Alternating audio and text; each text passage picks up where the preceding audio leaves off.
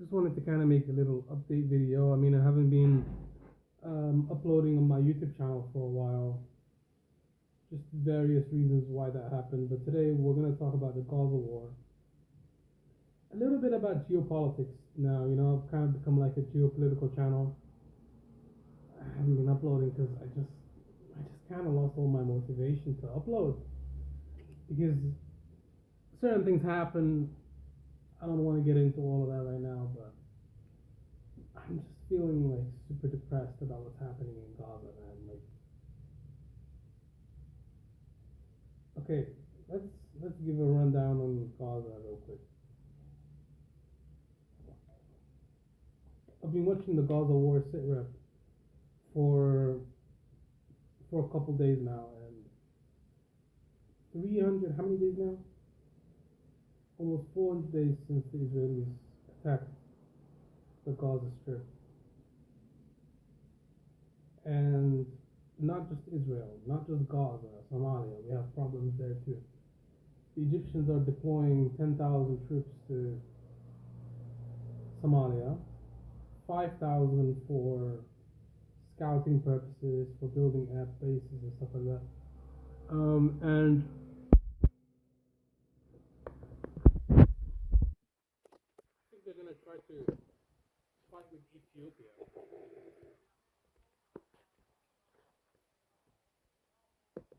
Well, Ethiopia has a problem with Egypt because of their Nile, their dam. The water from that dam flows through the Nile, which flows through Egypt, in Ethiopia, and up towards Egypt, through Sudan, then South Sudan, then Sudan, then Egypt. So the main contention here is that the water would lead to the fact that the dam is basically using a lot of the water to conduct electricity, and Egypt doesn't like that. They're redirecting most of the water for the Nile, which goes upstream towards Ethiopia's dam, and that would lead to some problems with their irrigation, their agriculture, building new cities. How will they funnel the water to different cities? It creates some kind of logistical problem that Ethiopia and Egypt are having problems. That's kind of part of the piece of the puzzle why Egypt is there. I guess it's like a strategic buffer to say to Ethiopia, like, okay, you keep doing that shit with the dam, we're gonna place troops in East Somalia, which are right on your doorstep. I guess it's always politics is a show of strength slash a show of power. It's always been like that kind of geopolitical games have always existed throughout history. Now I'm starting to wonder, like, what is Somalia gonna do if Ethiopia starts to attack us? Right? Like, what if they attack? What if Ethiopia decides, okay, that's a pretext for war, and then they attack us?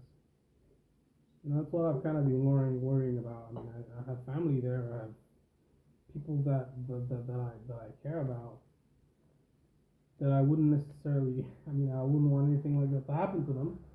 I wouldn't want those. I mean, there's already like I've looked it up. There's around 7,000 Ethiopian troops in Somalia now, under different bilateral agreements with different regions of the country. Um, you know, I think it's a good idea because we're having problems with Somaliland and Ethiopia, and they're trying to make a deal with Berbera port so that they can lease that port for like 100 years. They're also going to build a military base there if they make that memorandum of understanding a reality. They're also going to try to recognize them as a state, which will cause irreparable damage to us and harm to Somalia. So, I'm just kind of tired of Ethiopia always meddling in our politics constantly, like always meddling constantly in our affairs, internal affairs, always meddling, always causing problems, arming one group against the other, just dividing, what is it? What's that divide and conquer rule? I guess I can't really be too mad at them. You know, they've been doing this since the 1970s after the fall of Siad Barre. They've been arming one group against the other, pitting Somalis against each other, using rival tribes to promote hatred, just doing all sorts of fucked up shit over there, creating instability. You know, they actually created the terrorists that emanated from that conflict with Somalia in 2006 after the dissolution of the ICU. So, you know, I'm having problems. I'm having problems internally with Ethiopia. You know, in terms of like the country of Ethiopia. You know, I think we're neighbors. You know, we should get along because we're historical neighbors. We've been around. They've been around. Of course, they're gonna seek to dominate us. That's just kind of how they've always done. You know, it's just I don't even really blame them as much for the Ogaden region as I blame the British because they were the ones that gave away the Ogaden to the Ethiopians. But the Ethiopians kept a hold, a stranglehold on the Somalis living there, and now it's called Ethiopia. It's Ethiopian land.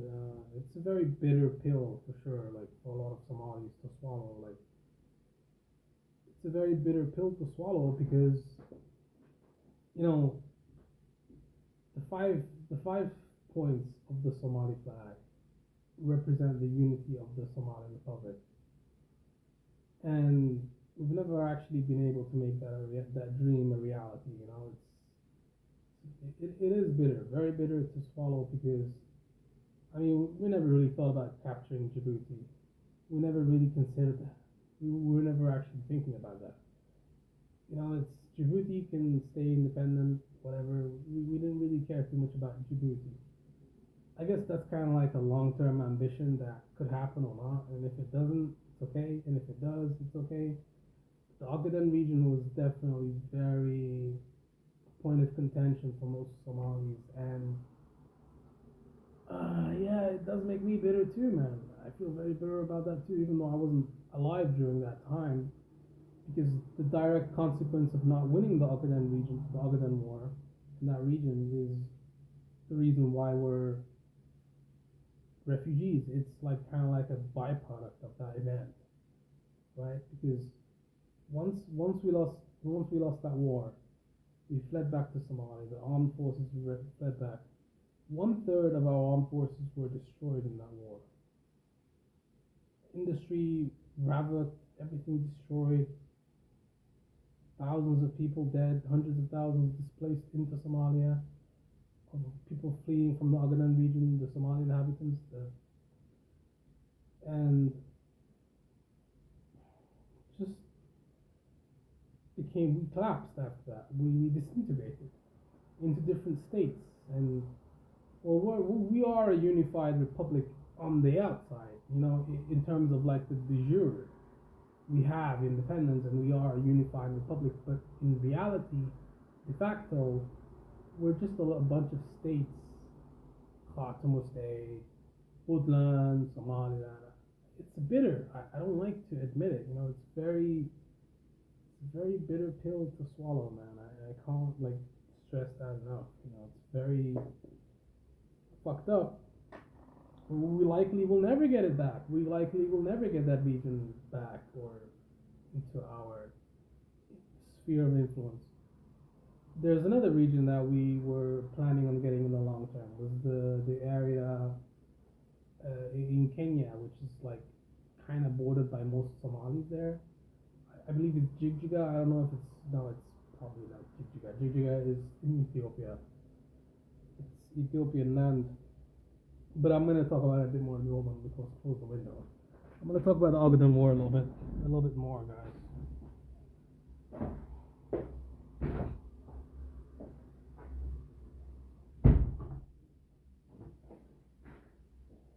So so the war started around 1977, around August. I don't remember exactly. We went to war with them. We were kicking their asses pretty bad. We captured almost 90% of Ogaden territory. There was a lot of diplomatic maneuvering happening in the background. There was a lot of maneuvering, political stuff. But in short, long story short, the Soviets were arming us, the Somalis, against the Ethiopians. Well, they were not necessarily arming us against them, but they were kind of like, we were kind of playing both sides against each other in the Cold War, trying to get the Soviet arms to, because the Americans were aiding the Ethiopians at that time against the Eritreans.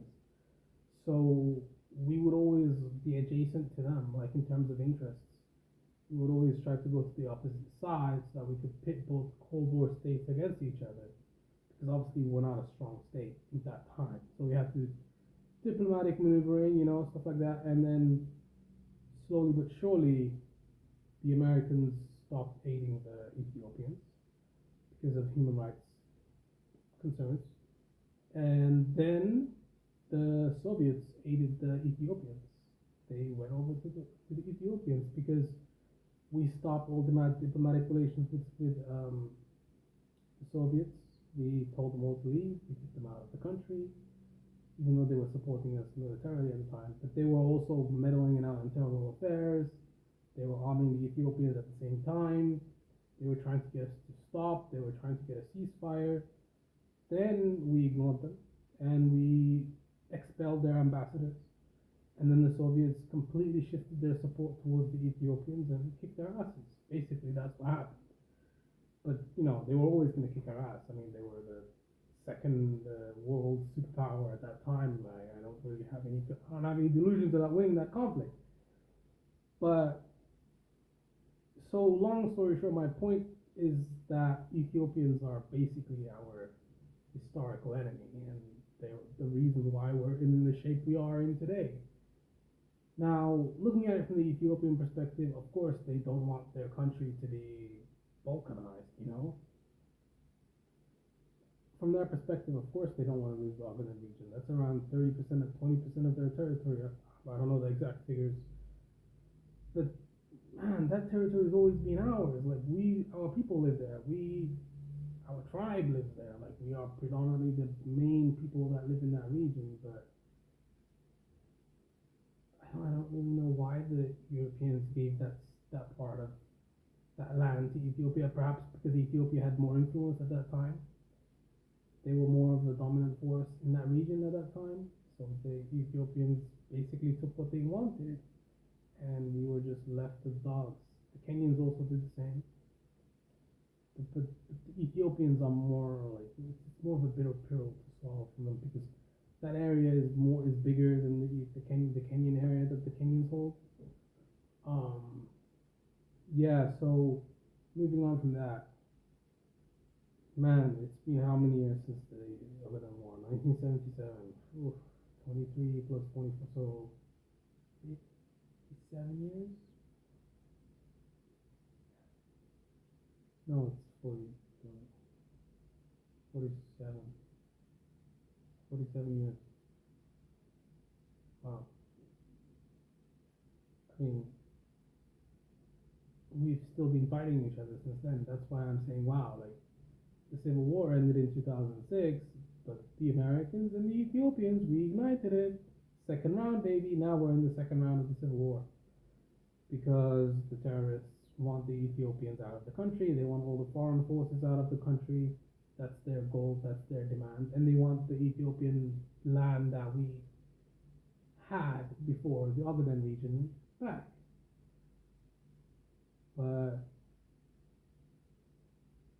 it seems, I obviously don't support Al-Shabaab. I'm just saying, like, I can kind of understand the ideology in some aspect, because the Americans were the ones arming and helping the Ethiopians attack us in 2006.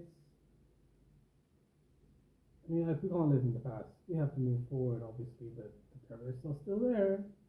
How can we move forward? We still have the problems of the past to contend with in the present. We can't just move on.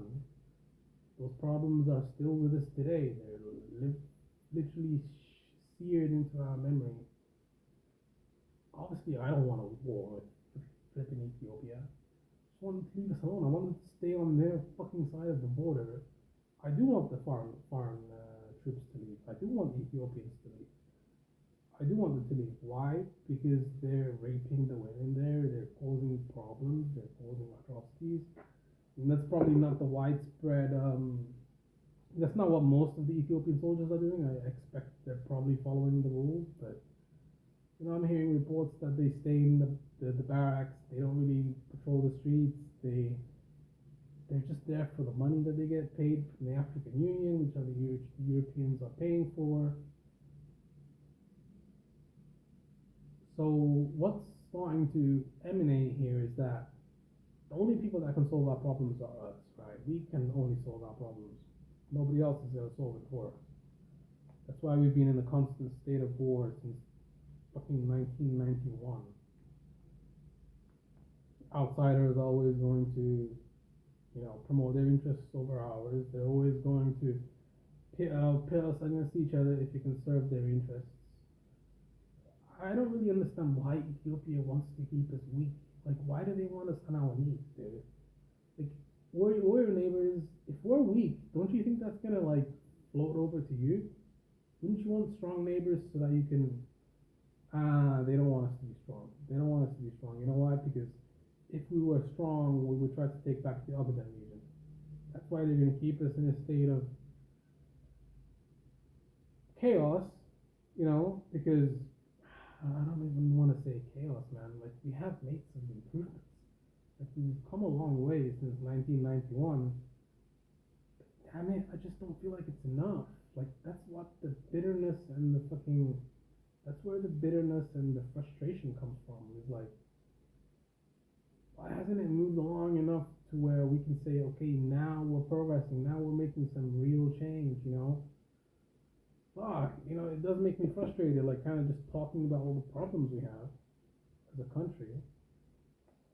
Do I think I could solve them? Damn, that's wow.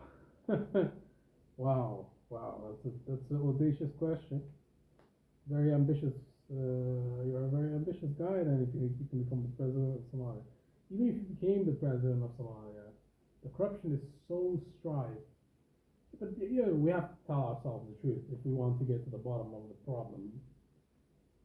So it's gonna suck, it doesn't sound good. People will probably try to get me assassinated or something. Because I wouldn't be doing popular things. Like, I don't think I would be doing popular things. There's a lot of things I would do, I would try to do. First, I would try to negotiate something. I don't want to say that, like, I sound like I'm a sympathizer, but I would try to do something about the stability of the country first. Because without stability, you can't have anything. You can't have foreign investors. You can't have anything. You don't have nothing. You don't have nothing, bro, without a fucking stable country with laws and uniformity and order. But I suspect I would do something like martial law.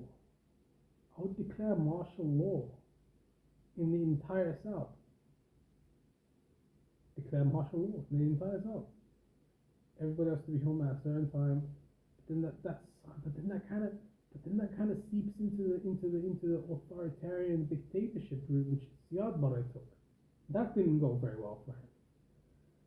So I'm kind of coming to the point where I'm thinking, okay, Somalis are very stubborn people. Like, we're very stubborn. Like, we don't like to be told what to do. We don't like rules and shit like that. I mean, we don't mind rules, but we don't like being told what to do and having someone order us around. Like, that's kind of we're not that kind of nation that just sits down and takes it. But how can we fix the situation? How can we change the country? It's not something that happens like that. It's kind of something we have to figure out on our own. But how would you negotiate something? So the people that want the secessionists in the north. Then we have Puntland. Then we have Jubaland. Then we have Khartoum. Then we have SSC. Then we have Jubaland. What else? With Kismayo. All these other states. I understand that it's a federal republic, so that's kind of how it goes. But the Somaliland question, it's something that I would solve, but I wouldn't do anything to them. Like I wouldn't try to like cause them issues in terms of like military force. Perhaps I would embargo their ports. Perhaps I would say, okay, no fly zone, nobody can come in this area. Perhaps I would withhold some of the aid money that's coming from the UN.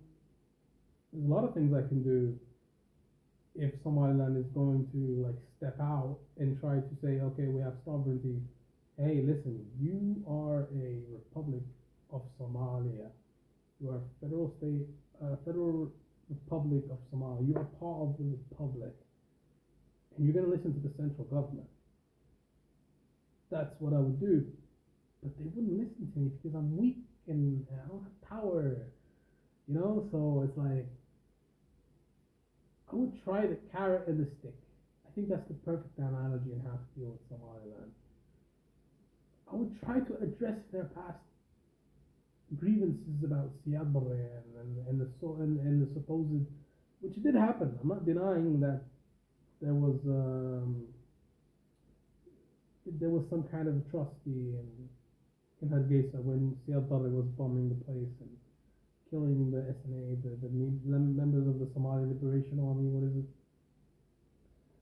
I don't know the exact information, but they were in rebellion against Siad Barre, which was the central government, which was the recognized president at the time. But he was starting to like become more dictatorial and killing people left and right that question his authority. So I can kind of understand their reasons for rebelling. I understand it. I understand it, bro. But, but, but do you think you have to like punish the entire republic for the actions of a man that's dead? How many years now? So I'm just kind of like trying to like reason with them and trying to. And they are our brothers and sisters in the north. Like they're part of Somalia. They're Somali people. So I think we should be able to find some kind of settlement between each other. But I would not recognize them as a state by going to visit Somalia as an official from Somalia. Like I wouldn't entertain any of that. What, I'm gonna travel to Hargeisa as the president of Somalia and negotiate with the president of Somaliland? That would give credence to his regime and legitimacy to his state. That's stupid. Hassan Sheikh should never go to Somaliland on a state visit. That would legitimize them, just like that. And the world will probably even give them fucking independence. I think the other way is to slowly whittle them down in terms of like making them even more smaller as a state. Like so far, Las Anod has already broken away and they're part of the republic now. So if we can just keep stepping up and trying to like squeeze them a little bit into a smaller pocket, and then like slowly but surely turn them against each other. Obviously, we have our own problems in the south. We have problems with Al Shabaab. We have problems with Ethiopia. We have problems with our economy. We have problems everywhere. You know, it's tricky. I would appoint a minister to try to, perhaps a minister or someone that's not officially a in a position in the cabinet, like someone that's unofficial. Exactly. I would send a representative there. I wouldn't send them in an official capacity.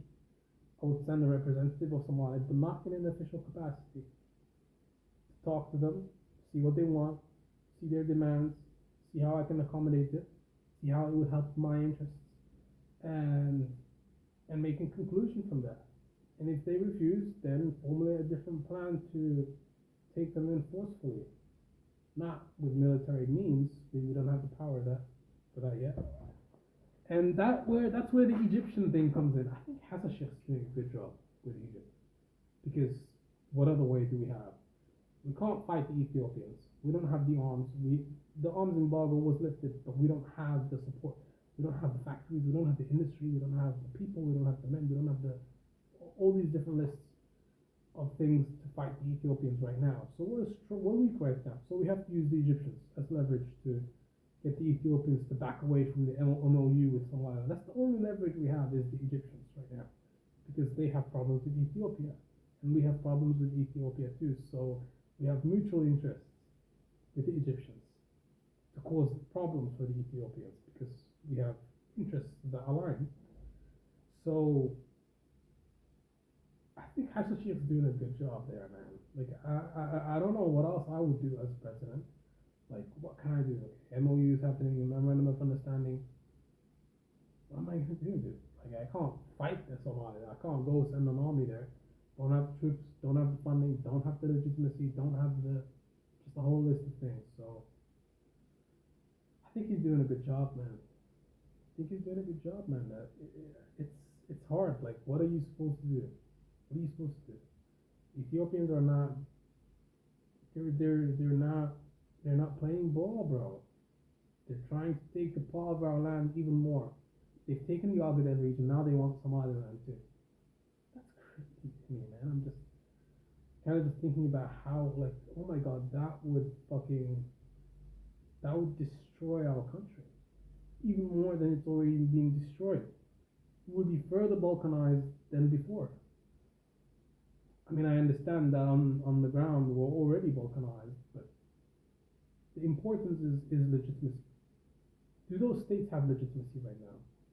We are balkanized in terms of like, you know, the perception, but the reality is, okay, they're tied to us economically because we distribute their aid. We distribute a lot of different things. They're not internationally recognized either. So they don't have a seat at the UN. They don't have a seat at all these other international organizations that are important, and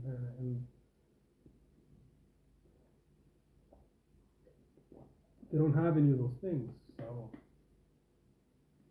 to be honest, yeah, it's probably better not to give them too much attention and just do our own thing and try to reason with them as brothers because they are our brothers.